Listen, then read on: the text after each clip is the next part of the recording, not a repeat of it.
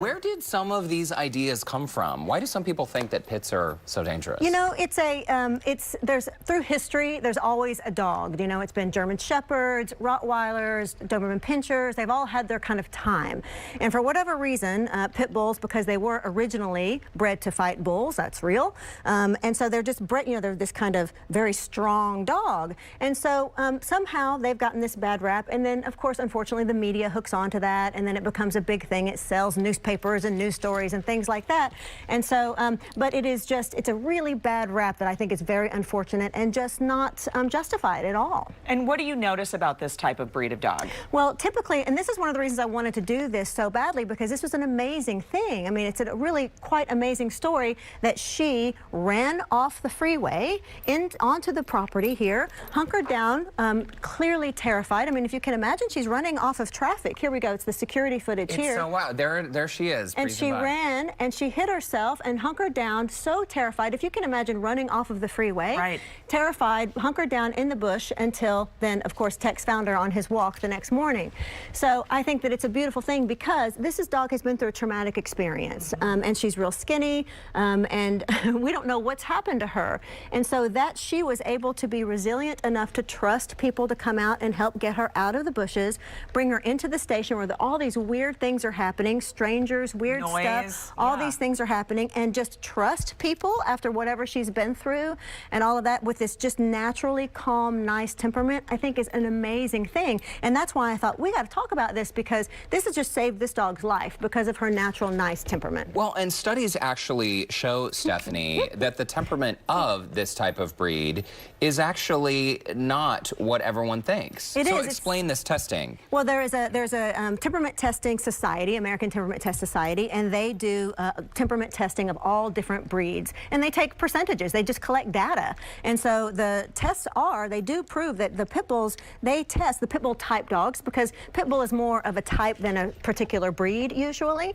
So the pit bull, oh, she sees her mommy over there. She's already very, very attached to her mommy, which is a beautiful thing. But the pit bulls, their natural temperament is very affectionate, lovable, trainable. We have them in my therapy dog group. I love training them. I have my own that I rescued off the street 8 years ago, and he's the most affectionate dog I've ever had. And one of the smartest dogs, too. I have a little Chihuahua mix, and she just bullies him around like crazy. It's horrible. Small dog syndrome. Exactly.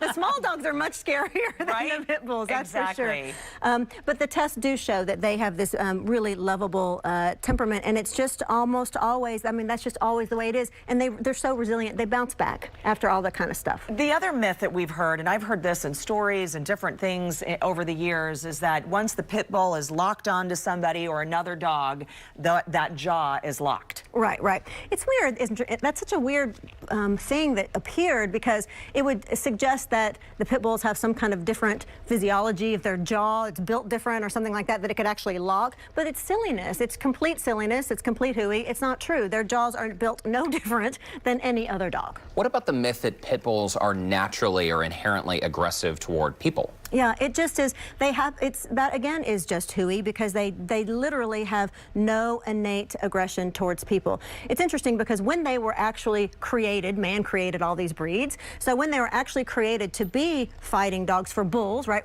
early 1900s, when they were created, of course, one of the things they bred them to be was very loyal to their people. If they're fighting bulls, they don't want them to be aggressive to the people, right? And so that was one of the ways that they were actually bred to be working dogs with people. They like to work with people. They're naturally affectionate, and they're self-socializers. Not all dogs are self-socializers. They will socialize with almost anybody. And we've also heard about the pit bull breed is that they can turn.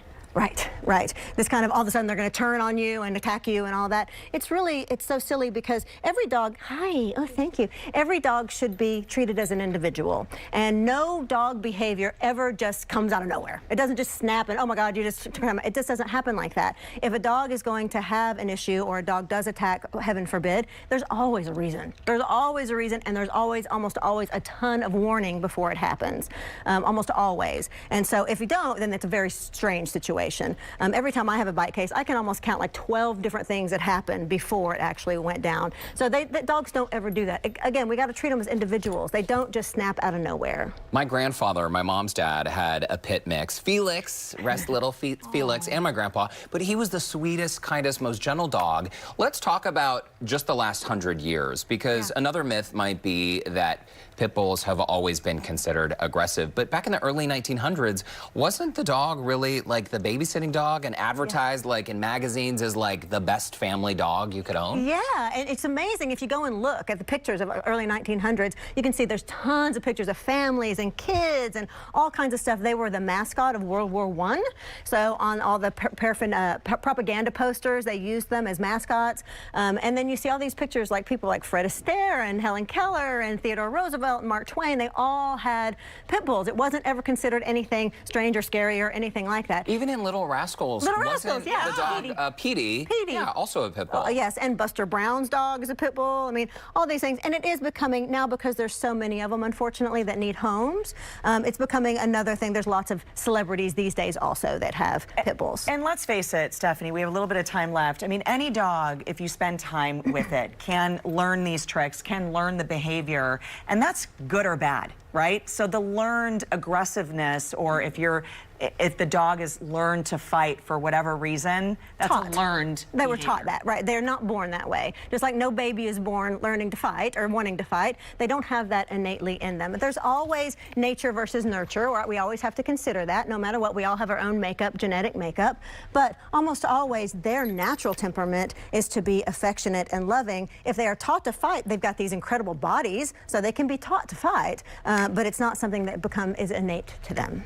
Stephanie, Bennett, thank you so much. Oh, I'm so glad you did this guys. segment, because just reading the comments about Penny online on our own Facebook pages, it is clear that there is a lot of misinformation. Oh, interesting, interesting. Yes, I thought it was a beautiful thing and that we needed to discuss it, because look how awesome this is. We haven't even had her for a week. Right. And she's gorgeous. And we're going to do a lot of training with her. We'll have to do an update.